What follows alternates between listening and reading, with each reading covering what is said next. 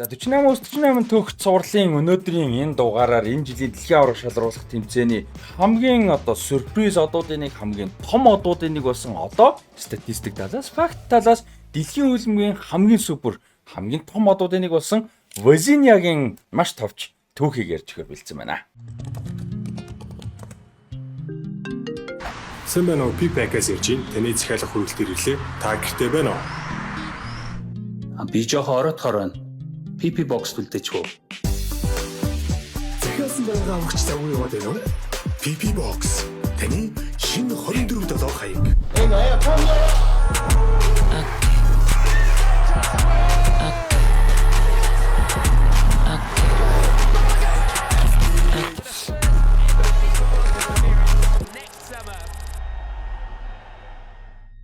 За 1986 оны дэлхийн аварга шалруулах тэмцээн болоход бэлтгэгдэж байлаа. Тэр хооронд бол Бразилийн шоугийн тасалжуулагч Теле Сантана гэж мэрэгчлэн болол товтлогч Ренато Гаучог бол багаасаа хөөж явуулсан юм шийдвэр гарсан. За яасан бэ гэхээр тоглогчдын гарах өсгөө цагийг бол зөрчиж гарч нөхөр шоудсан. Бидний орчин үеийн хэлгээр Ренато Гаучог бол багаас хассан. 86 оны дэлхийн аваргад явах. За ингээд тасалжуулагчтай санал зөрж, за тэгээд багийн анд сайн найзтайгаа санал нийлж Ренато Гаучогийн талд орж баруун зүгүүрийн хамгаалагч тухайн цаг үед домогт баруун зүгүүрийн хамгаалагч Леандро бол Мексик явах онгоцонд суухгүй гэж эсэргүүцлийг бол үзүүлсэн. За ингээд Бразил тоглогч Ренато Гаучо байхгүй, баруун зүгүүрийн хамгаалагч Леандро байхгүй болсон. За тэгээд тасалжуулагч Теле Сантана баруун зүгүүрийн хамгаалагч дуудах хэрэгтэй болоод дотоодын лигтдээ тоглолтыг нэг тийм хүн амьтан таньж мэдээд байдаггүй Жозимарыг дуудахаар болсон. За тэгээд Жозимар бол 86 оны дэлхийн аварга шалруулах тэмцээнд бол 2 удаа 16-ын гаднаас супер гоолыг оруулж үндсэн гарааны тоглогч болж 86 оны дэлхийн аварга шалруулах тэмцээний шилдэг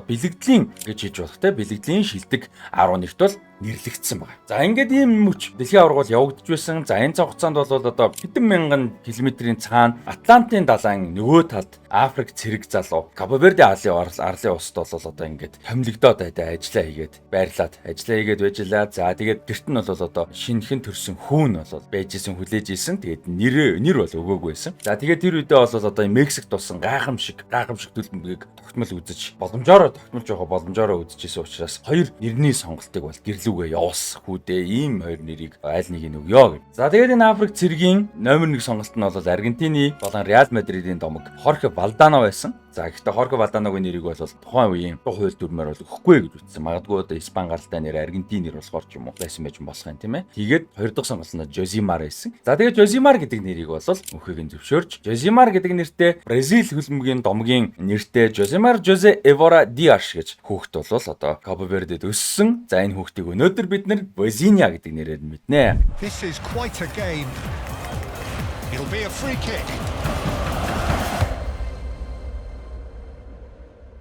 Oh, what a goal! And emotion overflows. За Возиньягийн хөлбөмбөгийн карьер бол юу гэдгийг элит хэмжээнд бол байгаагүй. Кипр, Словак, Молдов гэх мэт улсуудаар бол тоглож байсан. За зарим улсын 23 дугаар лигүүдэд тоглож байсан. За саяхан гэхэд Португалийн саний өмнөх хөрлөр шүү дээ 2025 оны үеэр Португалийн 2 дугаар лигийн Шавес клубуд бол тоглож байгаа гэрээнд дуусаад байж исэн. За тэгээд сая гэрээнд дуусаад төвч хүрж байгаа хаалгач маань бол төлөө дагианд гэрээ байхгүй. Энэ чинь тэгээд баян мөнгө төгрөгтэй хүн биш аюул safety netтэй санхүүгийн чөлөөнд бол ирчлөө байхгүй. Тэгээд дээрээс нь 40 настай хаалгач карьер нь хэр удаан үргэлжлэе билээ те. Ийм хүнд нөхцөл байдалтай бол байж исэн клубгүй ажилгүй гэсэн үг шүү дээ нэг утгаараа бол. За ийм байсан ч гэсэн 500 мянган хүн амтай арлуудаас бүтсэн энэ улсаа төлөөлж бол дэлхийн аваргат бол тэнцсэн. За энэ бол хамгийн том амжилтнаас Камерунтэй нэг хэсэгт ордог санагдаж шүү. Тэгээ хэсгээ төрүүлж орсон шүү дээ. Хүмүүс бас зарим нэг хүмүүс буруу ойлголттой явж илээ. Юу вэ гэхээр 32 багтаа байсан 48 багтаа болоод Кабо Вердед боломж олдлоо. Эсвэл Кабо Верде шиг жижиг улс орлоо. Тэр бол буруу. Яагаад гэвэл Кабо Верде бол Африк твээс урьдчилан шатнаас хэсгээд тэргүүлээд ирэх авсан. Өөрөөр хэлбэл 32 багтай байсан ч хэсгээсээ тэргүүлээл ирэх авах байсан гэсэн үг байхгүй. Тэгээ урьдчилан шатанд бол мундаг тоглолтыг үзүүлсэн. За тэгээ ингээд дэлхийн давтсан дээр түүх бүтээж бол Кабо Верде орохоор болсон. За тэгээ дэлхийн аваргад Испантай хийсэн тоглолтын дээр та бүхэн ямар гайхалтай тоглолтыг үзүүлснэг бол та бүхэн надаар илүүлтгүү мэдж байгаа. За тэгээ хэсгийн шатанда маш сайн тоглож Кабо Верде бол хасагдах шатанд гарч бас л нэг гайхалтай түүхийг бүтээсэн. За тэгээд хасагдах шатандаа бол Аргентины хэсэг дэлхийн аваргын аварга хамгаалж байгаа Аргентин Аргентины хэсэг тогссон 120 минут тоглохдоо 8 одоо супер хаалтыг хийсэн. Тэр 8 супер хаалтын 4 нь одоо Лионел Мессигийн цогцолтыг бол хаасан. 73 дахь минутанд бол одоо Лионел Мессигийн чөлөө цогцолтыг одоо жинхэнэ бүтэн сунж өсөрж бол хаасан. Гэхдээ өөрөө байраа манай жоохон буруу эзэлсэн байсан л да. Гэхдээ супер хаасан тийм ээ. Тэгээд одоо Аргентин эцсийн мөчөд одоо 3-2-ийн харьцаатайгаар хоцсон ч гэсэн энэ дэлхийн аваргыг энэ тоглолтыг Возиньо бол супер одоор хамгийн одоо хүмүүсийн хайрыг татсан хүндлийг хүлээсэн шин үнэхээр тооцоолоогүй гайхмаар юм одоо супер од болж дуусгасан. Тэгээд дээрэс нь дэлхийн аваргатай одоо тэр Испантай хийсэн тоглолтын дараагаар өгсөн яриаг нь та хэд маань санаж байгаа бах те. Ээж нь одоо энэ тоглолтыг үзэж чадаагүй, виз нь гараагүй. Тэгээд одоо визэнд ороход нь бид нар байгаа мөнгөө зарцуулж учраас дахиж болол чадаагүй. Нулимс цэлгээ уйлжсэн шүү дээ тоглолтын дараа. Тэгээд ихтэй болол энэ миний нулимс бодол бол одоо эмээ өвөөдөө би зориулсан юм аа. Би бол эмээ өвөө дээр өссөн. Тэгээд эмээ өвөө маань энэ тоглолтыг энэ одоо амжилтыг үзэж чадаагүй би бол харамсаж байна гэж бол одоо уйлж байсан. Ямар их анхаарал татж байсан бэ тийм ээ. Тэгээд 2 дахь тоглолтын дээр нөлөө 3 дахь тоглолт дээр нь бас одоо виз юмд болоод ээж нь бас ирсэн шүү дээ тийм ээ. Ээж ирж одоо хэсгийн сүүлийн тоглолтыг нь ямар ч үсэн үзсэн. Аргентинтэй хийсэн тоглолтын бас үзсэн санагдчих юм би андуураагүй болол. Тэгээд дэлхийн аварга эхлэхийн өмнөхөн болол одоо Возиньо 6000 дагагчтай байсан. Дэлхийн аваргын өмнө тэгээд Испантай хийсэн тоглолтын дараа бол 8 сая дагагчтай болсон. За тэгээд Майамид болсон Месси Аргентинтай хийсэн тоглолт Мессигийн 4 зөглөлтийг хаасан тэр тоглолтын дараа бүр солирсон. Бүр утга алдсан. Яг одоо энэ бичлэгийг миний хийж байгаа цаг мөчид бол 27.5 сая дагагчтай болсон байна. Тибо Куртуа, Марк-Андре Тер Штеген гэх мэт одоо дэлхийн хөл бөмбөгийн хамгийн супер хаалгачтай бүгдийн давсан дэлхийн номер 1 хамгийн олон дагагчтай хаалгач болсон аль хэдийн реклам тоглоод ихэлсэн байлээ. Тэрэнд нь айгүй их баяртай байгаа стори юмараа реклам явуулаад дэлээ. Үнэхээр баяртай байгаа.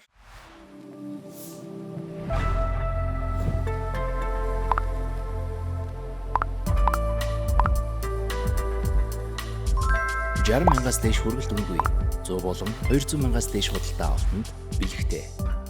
Freshpack.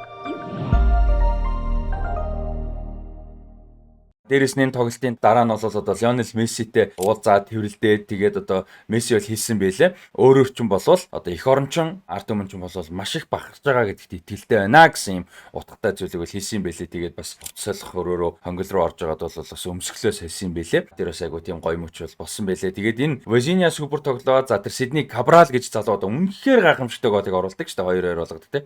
Ингээд ийм үр дүнгуудын дараагаар бол одоо Кабо Верде улсын туризм бол одоо маш их анхаарлыг бол татж байгаа. Google дээр болон одоо аялын сайтууд те booking.com гэдэг ч юм, trip.com гэдэг ч юм уу те Agoda гэдэг одоо зочд бодлын жишээ нь одоо захиалгын сайт гэдэг ч юм уу. Иймэрхүү сувгуудаар бол хандлтууд, хайлтууд бол утга алдаж нэмэгдэж гисэн би үрт сонирхож ирсэн. Тий тэгээд 90 хэдэн улсуудад бол одоо виз мэдний аялын виз мэдийг бас нэлээд хэдэн хөнгөлж байгаа гэсэн мэдээлэл бол гарсан байсан. Гэтэ тэрийг бас аль биесээр бол баталгаажуулж чадаагүй. Нэг сошиал дээр зүгээр пост харсан. Үнэн үгүйг нь сайн мэдэхгүй байна. Гэхдээ би хүртэл одоо үнэхээр сонирхсан гэхдээ дийлэхгүй л ахaltaа хол мал дээ хийцээ зүгээр гэхдээ сонирхолтой санагдаж байгаа юм. Өмнө хизээж Кабо Вердег одоо ямар улс байдаг гэж яг байдгийг мэддэг те баруун Африк ТV хамгийн баруун улс шүү дээ тийм ээ. Кабо Верде гэж мэддэг ч гэсэн аялж үзье гэж одоо аялж үзэх яашаа боддоор биелэхэд хэцүүлдэ зүгээр юу байдгийн бол ямар улс байдгийн бол юу н сонирхолтой байдгийн бол гэдэг утгаар шүү дээ. Тийм утгаар одоо сонирхож болол одоо үзэж байгаагүй гэхдээ одоо бол надад сонирхолтой санагдаж ирсэн. Гэхдээ магадгүй ойрын хугацаанд биш ч гэсэн ирээдүйд хизээ нэгэн өдөр бас одоо Возиньогийн өмсгөлийг өмсчихэд бас очих юм билүү. Тэгээд судалсан Capelli гэдэг одоо брэнд бол Belli Sport гэдэг брэнд бол Кабо Вердегийн өмсгөлийг бол бас одоо хийж байгаа Америк компани байлээ. Тэгээд Возиньогийн өмсгөл бол $100 үнэтэй байлээ. Монгол руу бол мэдээж шип хийхгүй харамсал тайна. Тэгээд $100 үнэтэй байлээ. Тэгээд би бас бодсон л та ууг нь хэрвээ болдог бол мөнгө жоохон цуглуулж хагаад Возиньогийн өмсгөлийг аваад ямар гоё вэ гэж бодсон. Гэхдээ Монгол руу шип хийхгүй юм байлээ.